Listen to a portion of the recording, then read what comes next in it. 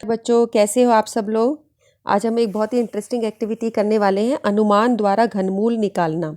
इस वर्कशीट में बिना पेपर पेन लिए हम घनमूल निकालना सीखेंगे। आपको पता ही है, घनमूल हमने निकालना सीखा था अभाज्य गुणनखंड विधि से। ठीक है, तो उसमें आप नंबर्स के बहुत सारे वो गुणनखंड निकालते चलते हो और कई बार वो बहुत लंबा हो जाता है जब बड़ी बड़ी संख्याएं हो जाए। तो जब बड़ी संख्याएं हो जाए तब ये तरीका बहुत अच्छा रहता है, लेकिन ये तरीका तभी सही है जब घनमूल निकालने के लिए आप पूर्ण घन संख्या लें। पूर्ण घन संख्या के घनमूल निकालने के लिए इस विधि का उपयोग करते हैं, और पूर्ण घन संख्या बड़ी हो जिसका घनमूल निकालना अभाज्य गुणनखंड विधि से मुश्किल हो, वहाँ पर हम इसको इस्तेमाल करते हैं। तो अब हम इसको कैसे करेंगे। जैसे हमारे पास अगर कोई संख्या दी गई है 110592, तो हम इसको दो भागों में बांटेंगे, 592 को अलग और 110 को अलग। ये दो ग्रुप में बांट दिया। फिर हमें क्या करना है, समूह बनाने के समय इकाई से शुरू करना है। ये इकाई से शुरू किया था। सुविधा के लिए प्रत्येक समूह पे बार लगा दो, बार लगा दो, गोला लगा दो। फिर पहला समूह होगा दूसरी संख्या ग्रुप, यह पहला समूह है, ये पहला समूह है, दूसरी समूह है। समूह के इकाई अंक का अंक घनमूल के इकाई अंक के स्थान को निर्धारित करेगा। इसकी इकाई अंक से ही आप घनमूल का इकाई अंक ढूंढोगे। तो इसका लास्ट वाला नंबर देख के ही तुमको चूज करना है। फिर जैसे कि अगर एंड में 8 है, अगर घन संख्या, जैसे कि यहाँ पर पीछे 2 दिया है, यहाँ पर इकाई अंक में 2 दिया है, तो देखो कहाँ पीछे 2 आता है, इधर आ रहा है। तो इसका जो वर्गमूल होगा उसके इकाई अंक में 8 आएगा। ठीक है, क्योंकि पीछे 2 आ रहा है तो ये इसका वर्गमूल निकालेंगे तो इधर आएगा। इसके वर्गमूल में घनमूल में 8 आएगा। ठीक है, और फिर उसके बाद जो दूसरा चरण होगा आपका 1 1 10, इसमें आप वो संख्या ढूंढोगे, संख्या का घन निकालेंगे जो उनके बीच का दूसरा समूह आता है, और तीसरे चरण की छोटी संख्या को घनमूल के दाहिने अंक पे रखेंगे। तो नहीं समझ आया, अभी बताती हूँ। जैसे ये देखो 110, ये 110 कहाँ आ रहा है, बीच में देखो 64 और 125 के बीच में आ रहा है। ठीक है, इन दोनों के बीच में तुम्हारा 110 पड़ता है। 64 और 125, 64 से बड़ा और 125 से छोटा, यानी कि 4 का घनमूल और 5 का घनमूल, 4, इन दोनों यानी ये 4 का घन और 5 का घन उसके बीच में आ रहा है। तो छोटी वाली संख्या हम लेते हैं, तो 64 छोटी हो गई और यानी 4 हो गया इसके लिए। तो जब 592 करोगे तो इसका इकाई अंक होगा 8। इसके हिसाब से चूज कर लोगे कि पीछे 2 आ रहा है और ये 8 से आ रहा है। और फिर यहाँ पर देखोगे इन दोनों में जो छोटा अंक है यानी 64, वो किसका घन है, 4 का, तो 48 इसका उत्तर हो जाएगा। इस प्रकार से प्रश्न होगा। अब इसके कुछ प्रश्न हम और करेंगे तो आपको अच्छे से समझ आ जाएगा, पर इसके लिए कंडीशन ये है कि हमारा पूर्ण घन संख्या होनी चाहिए। तो आपको एक छोटी सी यहाँ पे एक्सरसाइज और प्रैक्टिस करनी है। दी गई घन संख्या के घनमूल के इकाई अंक का बताएं। तो अब ये जो संख्या दी है इसका घनमूल निकालने में जो इकाई अंक रहेगा, अगर पीछे 6 है तो उसके पीछे क्या आएगा, किसके पीछे 6 होता है वो 6 रहता है उसका अंक। तो यहाँ पीछे 6, जिसके पीछे 9 है, 9 वाला यानी 9, एंड में 9, इसके पीछे 6 है तो 6 वाले के पीछे ये 6 रहता है इकाई अंक। पीछे 5 है तो 5 रहेगा, ये तुम्हारा 5 वाला हुआ 125 और 5। पीछे 6 है तो उसको हम कर चुके हैं 6। पीछे 7 है तो पीछे 7 होता है 27, यानी 3 के इसमें, तो यहाँ तुम्हारा 3 रहेगा। पीछे 6 है तो 6 रहेगा, 25 में 5 रहेगा, और पीछे 2 है तो 8 रहेगा ये वाला। तो हमने क्या किया, यहाँ पर इनके इकाई अंक को देख के हमने इसके घनमूल का इकाई अंक ढूंढा। 5 है तो पीछे 5 रहेगा, 7 है तो पीछे 3 रहेगा इकाई अंक में, 2 है तो उसके घनमूल के इकाई अंक में 8 रहेगा, अगर पीछे 9 है तो उसके घनमूल के इकाई अंक में 9 रहेगा। इस प्रकार से हमने इन प्रश्नों को किया। अब इसकी सहायता से हम आगे वाले प्रश्नों को करेंगे। अनुमान विधि से हम इसको करेंगे। जैसे ये प्रश्न था, ये मैं बता ही चुकी हूँ, एक बार दोबारा देखते हैं। 592 देखा, ये किस में आ रहा है, एक समूह ये हो गया, दूसरा समूह 110 का हो गया। पहले समूह का इकाई अंक हमारा 2 है। ठीक है, तो घनमूल के इकाई अंक में 8 रहेगा, क्योंकि 8 गुना 8 गुना 8 512 होता है। इसके अंक अंत में 2 आ रहा है ना, इसलिए 8 रहेगा।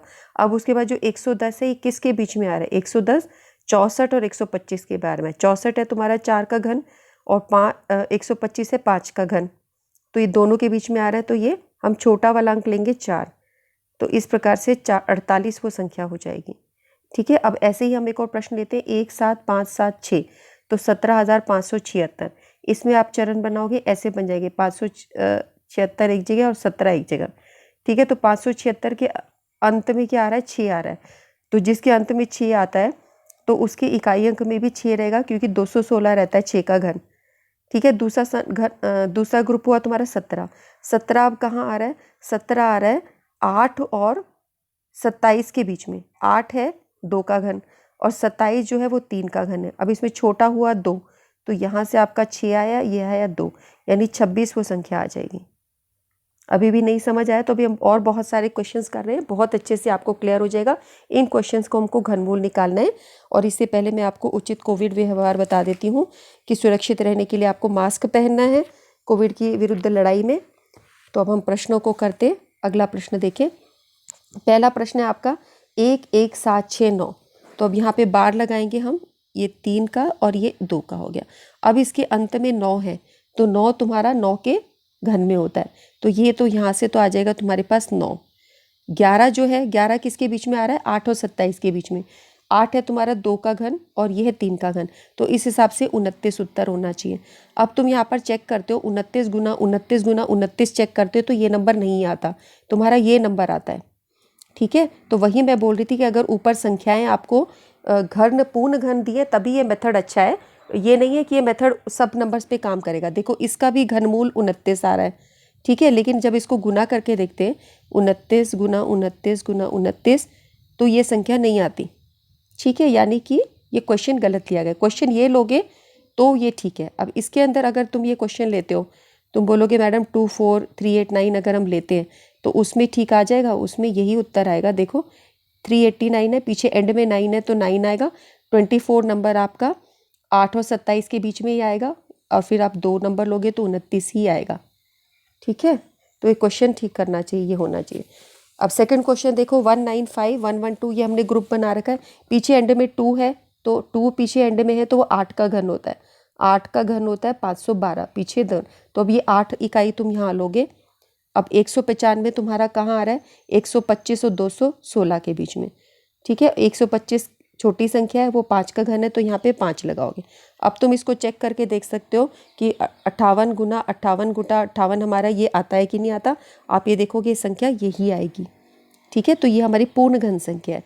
अगला नंबर देखो 791, एक ग्रुप में आ गया, इकाई अंक से लिया हमने 3 संख्या को, यहाँ पे सिर्फ 2 ही संख्या बची।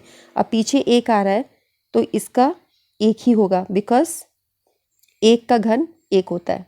ठीक है, पीछे अंत में 1 आए तो। उसके बाद जो 29 संख्या है वो 27 और 64 के बीच में होती है। 27 होता है 3 का घन और 64 होता है 4 का घन, तो ये तुम्हारा यहाँ पर आ जाएगा 31। 3 हम छोटी संख्या लेंगे, और तुम इसको अगर चेक करके देखोगे 31 गुना 31 गुना 31 तो वो तुम्हारी यही संख्या आएगी, क्योंकि ये पूर्ण घन संख्या है। अब अगली संख्या पर हम चलते हैं। अगली संख्या आपकी है 50653, 50,653। इसको हम एक बार के नीचे ले लेते हैं, इसको एक जगह। 653 के अंत में 3 आ रहा है, 3 आपका आता है 7 के घन में, 343, 343, तो पीछे यहाँ पर हम क्या लिखेंगे? 7। अब 50 किसके बीच में आ रहा है? 27 और 64 के बीच में आ रहा है। 27 होता है 3 का घन, 64 होता है 4 का घन, तो ये क्या आना चाहिए? यहाँ पे छोटी वाली संख्या आनी चाहिए 37। तो 37 को अगर हम 3 बार गुना करते हैं तो हमारे पास यही संख्या आती है। नेक्स्ट नंबर लेके चलो बच्चों, ये नंबर अब आपको अच्छे से समझ आ गया होगा ना, कितना इजी और कितना मज़ेदार लग रहा है। तो संख्या अगर पूर्ण घन है तो ये ठीक है मेथड। 017, पीछे 7 आ रहा है, 7 होता है तुम्हारे 3 के घन में, तो यहाँ 3 आएगा। अब 389 को देखो, 389 आपका 343 और 512 के बीच में आ रहा है। ये तुम्हारा 7 का घन होता है, ये 8 का घन होता है, तो हम कौन सा लेते हैं? छोटा वाला नंबर लेते हैं। और फिर हम इसको देखते हैं कि 73 गुना 73 गुना 73 हमारा यही संख्या आती है, तो ये हमारा ये भी पूर्ण घन है। यहाँ पर आप लोगे इन दोनों नंबर्स को, इसको बार लगाने के बाद अंत में हम देख रहे हैं 8 आ रहा है, इसके अंत में 8 आ रहा है। 8 कब आता है? जब पीछे अंत में 8 आ रहा है, तो 8 आपका होता है 2 के घन में, 2 के घन में 8 आता है, तो अंत में आपका यहाँ पे होना चाहिए 2 होना चाहिए इसके एंड में। ठीक है, पीछे एंड में 2 आ रहा है, तो वो 2 8 का 12 2 4 8, ये तुम्हारा 2 का क्यूब 8 होता है, तो यहाँ पर हमारा ये नंबर होना चाहिए। ठीक है, और अब यहाँ पर 373 किसके बीच में? 343 और 512 के बीच में, तो ये तुम्हारा रहेगा 7 72। तो तुम इसको फिर चेक भी कर सकते हो कि तुम्हारा सब ठीक है कि नहीं है। तो तुम देखोगे कि ये आपका नंबर ठीक आ रहा है, क्योंकि यहाँ पे जो 373 है ये 343 और 512 के बीच में छोटा वाला नंबर लेंगे तो 7 रहेगा। आगे चलिए, आगे वाले नंबर में हमारा है कि जब हमने इनको वर्ग ऐसे लगाया यहाँ पे संख्या में, तो पीछे अंत में 5 है, तो 5 का घन हुआ 125, है ना, तो पीछे अंत में 5 आ रहा है तो 5 आएगा।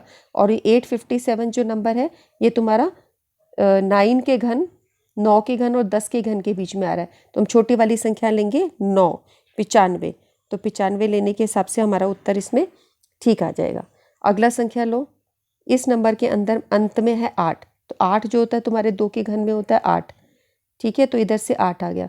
और 10 जो है तुम्हारा 8 और 27 के बीच में है, तो 8 और 27 के बीच में होने से हम किसको चूज़ करेंगे बच्चों?